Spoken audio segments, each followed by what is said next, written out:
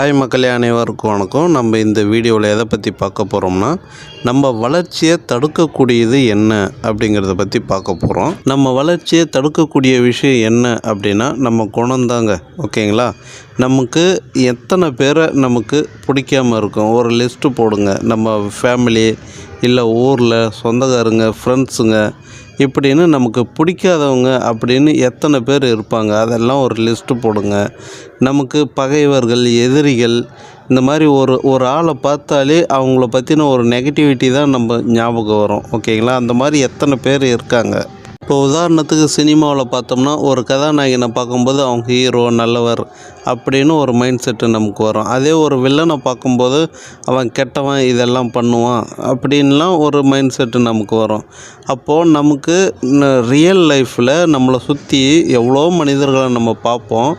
ஆஃபீஸில், இந்த ஒர்க்கு, வேலை போகிற இடத்துல, இந்த மாதிரி நிறைய இடத்துல நம்ம பார்க்கக்கூடிய மனிதர்கள், அன்றாடம் பழகக்கூடிய மனிதர்கள், அவங்களுடைய நடவடிக்கைகள் நமக்கு பிடிச்சிருக்கலாம், பிடிக்காமல் இருக்கலாம். அவங்கள பற்றின ஒரு நெகட்டிவிட்டியான மைண்ட் செட்டு நம்ம வச்சிட்ருக்கலாம். அவன் அப்படியாப்பட்டவன், இவன் இப்படியாப்பட்டவன் அப்படின்லாம் நம்ம எண்ணங்களில் நம்ம வச்சுக்கிட்டு இருக்கலாம். ஓகேங்களா? இந்த விஷயங்கள் எல்லாமே தான் நம்ம வளர்ச்சியை தடுக்குது. ஓகேங்களா? அப்போது மற்றவர்களை பற்றிய இந்த மாதிரியான அந்த எண்ணங்களை எல்லாத்தையுமே முதல்ல நம்ம மைண்டை விட்டு எடுத்துடணும், நம்ம மனசை விட்டு நீக்கிடணும். ஏன்னா ஒவ்வொரு செகண்டும் இந்த உலகம் மாறிக்கிட்டே இருக்குது, எல்லாமே மாறிக்கிட்டே இருக்குது. மனிதர்களும் சூழ்நிலைக்கு ஏற்ற மாதிரி மாறதான் செய்வாங்க. ஒரு சிலர் மாறாமே இருக்கலாம், ஆனால் அது நமக்கு தேவையில்லை. ஆனால் அந்த மாறாத எண்ணத்தை, மாறாத குணத்தை நம்ம அவங்கள பற்றின வச்சுருக்கிற அபிப்பிராயம் நம்ம சப்கான்ஷியஸ் மைண்டில் அது நம்மளே நம்ம சொல்லிக்கிற மாதிரி. ஓகேங்களா? நம்ம நெகட்டிவிட்டியாக யாரெல்லாம் நினைக்கிறோமோ அது சப்கான்ஷியஸ் மைண்டில் நம்மளே சொல்லிக்கிற மாதிரி அது பதிவு பண்ணிக்கும். அப்படி பண்ணும்போது நமக்கான வளர்ச்சியே நமக்கு இல்லாமல் போகும். இப்போ உதாரணத்துக்கு ஒருத்தரை பார்த்து நீ உருப்படவே மாட்ட அப்படின்னு நம்ம ஒருத்தரை சொல்கிறோம்னா அவங்கள நம்ம சொல்லலை, நம்மளே சொல்லிக்கிற மாதிரி. ஓகேங்களா? நீ வாழ்க்கையில் முன்னேறவே மாட்ட. ஒருத்தன் குணாதிசயங்களை பார்த்துட்டு அவனை பற்றின ஒரு அபிப்பிராயம் நமக்கு தோன்றதெல்லாம் சொல்கிறோம். அவன் வளர்ச்சி அடைய மாட்டான், அவன் உருப்பட மாட்டான், அவன் தேற மாட்டான், இப்படிலாம் நம்ம ஒரு மைண்ட் செட் வச்சுருப்பான். அவன் கெட்டவனாகிறான், குடிச்சிட்டு திரியிறான், அவன் சம்பாதிக்க மாட்டேங்கிறான், இப்படின்னு ஏதாவது ஒரு விஷயங்கள் மற்றவங்கள பற்றின அபிப்பிராயம் நம்ம வச்சுக்கிட்டு இருப்போம். இப்போ சினிமாவிலையோ, இப்போ அரசியல்லையோ, இல்லை நம்மளை சுற்றியே நிறைய பேர் இருக்கும். ஓகேங்களா? இது எல்லாத்தையுமே நம்ம மைண்ட் செட்டில் வச்சுக்கிட்டு இருக்கும்போது இது எல்லாமே சப்கான்ஷியஸ் மைண்டு எப்படி எடுத்துக்கோம்னா நம்மளே சொல்லிக்கிற மாதிரி எடுத்துக்கும். அப்போது நம்மளே சொல்லிக்கிற மாதிரி எடுத்துக்கிட்டு நம்மளோட வளர்ச்சி அதுக்கு தடையாக இருக்கும். சப்கான்ஷியஸ் மைண்டை பொறுத்த வரைக்கும் நீங்கள் எண்ணங்களால், செயலால், உணர்வுகளால், பார்வையால் நீங்கள் எதெல்லாம் பார்க்குறீங்களோ, கேட்குறீங்களோ எல்லாத்தையுமே அது உங்களை பற்றி மட்டுமே தான் பதிவு பண்ணி வச்சுக்க. நீங்கள் தான் ஹீரோ. நீங்கள் நினைக்கிறது, சொல்கிறது எல்லாமே உங்களை பற்றி மட்டுமே அது பதிவு பண்ணி வச்சுக்கோ. ஆனால் நீங்கள் வேறு ஒருத்தரை தான் நினைக்கிறீங்கன்னெலாம் அதுக்கு தெரியாது. ஓகேங்களா? அப்போது உங்கள் சப்கான்ஷியஸ் மைண்டு எந்த மாதிரியான உணர்வுகள் பதிவு பண்ணுதோ அது அப்படியே உங்களுக்கு இதை தான் விரும்புகிறீங்க அப்படின்னு சொல்லிட்டு உங்கள் வாழ்க்கையில் அதை வழி நடத்துறதுக்கு, அதை திரும்ப கொண்டு வர்றதுக்கு தான் அது முயற்சி பண்ணும். அப்போ நம்ம முதல்ல செய்ய வேண்டிய விஷயங்கள், நமக்கு பிடிக்காத ஆள், நம்ம ஒருத்தரை பார்த்தாலே அவங்க இப்படியாப்பட்டவன் அப்படியாப்பட்டவனு நிறைய அபிப்பிராயங்கள்லாம் வச்சுருப்போம். அது எல்லாத்தையும் தூக்கி குப்பையில் போட்டுருங்க. பிடிக்காத ஆளாக இருந்தாலும் பரவாயில்ல, இனிமேல் அவங்கள பிடிச்சவங்கள மனசில் வச்சுக்கோங்க. உங்களுக்கு கெட்டதே செஞ்சாலும் பரவாயில்ல, அவங்களுக்கு நல்லதே நினைங்க. ஏன்னா அவங்களுக்கு நல்லதை நினைக்கிறீங்கன்னா அது உங்களுக்கும் சேர்த்து தான், உங்களுக்கு தான் நீங்கள் அதை சொல்லிக்கிறீங்கன்னு நினச்சிக்கிட்டு அவங்களுக்கு சொல்லுங்கள். நீங்கள் நல்லா இருங்கன்னு சொல்லுங்கள். உங்கள் வாழ்க்கையில் நீங்கள் நல்லா இருப்பீங்க, முன்னேறுவீங்க அப்படின்னு சொல்லுங்கள். அது எல்லாமே சப்கான்ஷியஸ் மைண்டு உங்களை சொல்கிற மாதிரியே அது பதிவு பண்ணிக்கும். இப்போ ஃபேமிலியில் கூட கணவனோ மனைவியோ கூட ஒரு நல்ல புத்தி இல்லை, நல்ல சிந்தனை இல்லை அப்படிலாம் இருக்காங்கன்னா அவங்கள அந்த அபிப்பிராயத்தெல்லாம் தூக்கி போட்டுருங்க. நீங்கள் இந்த மாதிரி கடவுள்கிட்ட வேண்டிங்க, அவங்களுக்கு ஒரு நல்ல புத்தி கொடுங்க, நல்ல ஒரு சிந்தனை கொடுங்க. இந்த மாதிரி விஷயங்கள்லாம் நம்ம வேண்டும்போது, இதெல்லாம் நம்ம மனசுக்குள்ளே கேட்கும்போது நமக்கு நாமே கேட்குற மாதிரியே அது பதிவு பண்ணிக்கும். ஓகேங்களா?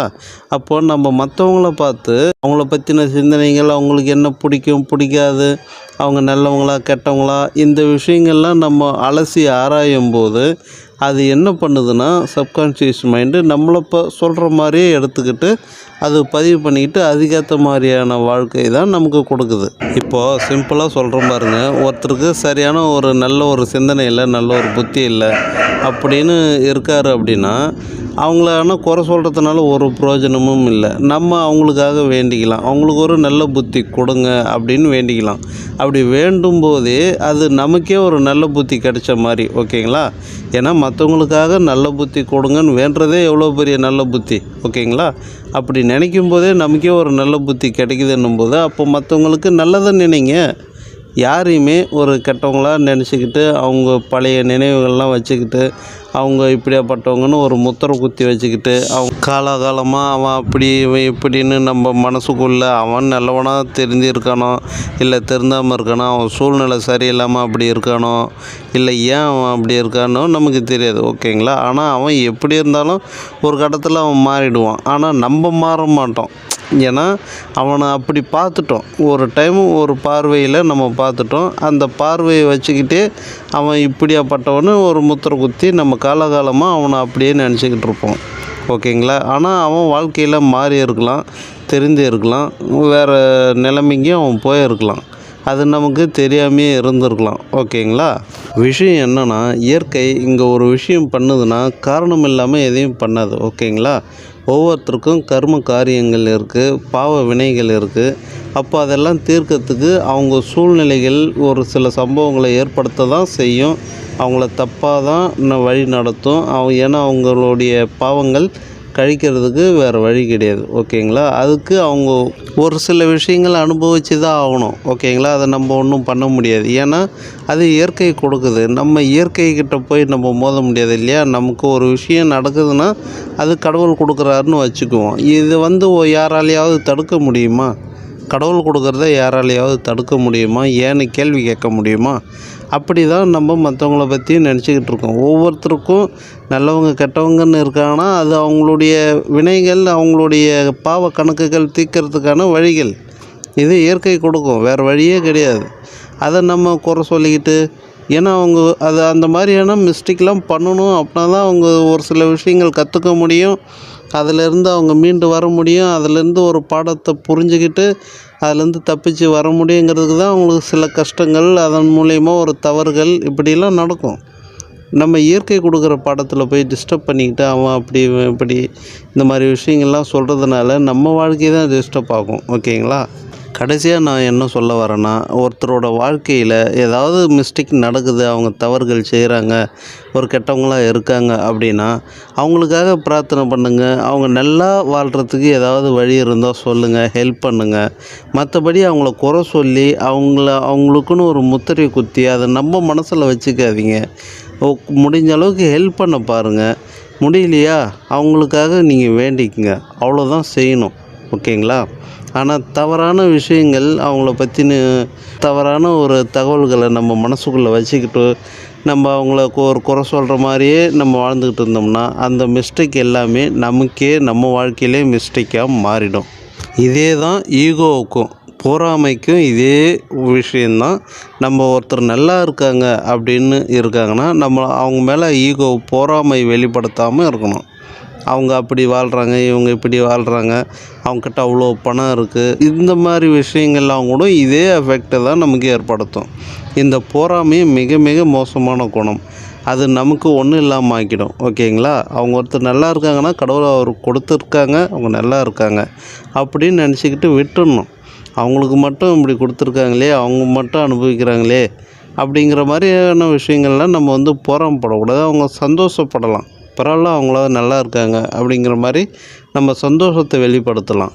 அப்படி சந்தோஷத்தை நம்ம வெளிப்படுத்தும் போது கடவுள் நமக்கும் கொடுத்து சந்தோஷப்படுத்தி பார்ப்பார், ஓகேங்களா? நம்ம பொறாமையை வெளிப்படுத்தும் போது ஓகே இவருக்கு வசதி வாய்ப்புகள் இருந்தாலும் பிடிக்காது போல், அதனால் இவருக்கு வசதி வாய்ப்புகள்லாம் கொடுக்கக்கூடாது அப்படின்னு ஒரு முடிவு பண்ணிடும், ஓகேங்களா? அதனால் நம்ம நல்லா இருக்கிறவங்கள பார்த்தும் நம்ம எந்த ஒரு ஈகோவும் பொறாமையும் படக்கூடாது. அதே சமயத்தில் ஒரு தவறான மனிதர்களை பார்த்தும் நம்ம அவங்கள ஒரு தவறான முத்திரை குத்தி நம்ம அதை ஃபாலோ பண்ணிக்கிட்டு இருக்கக்கூடாது.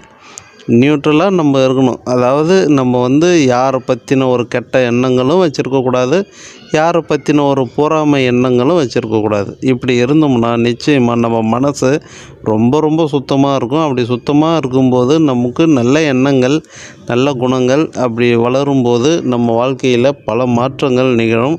நிச்சயமாக இது நடந்தே தீரும். இதை ஃபாலோ பண்ணி பாருங்கள்.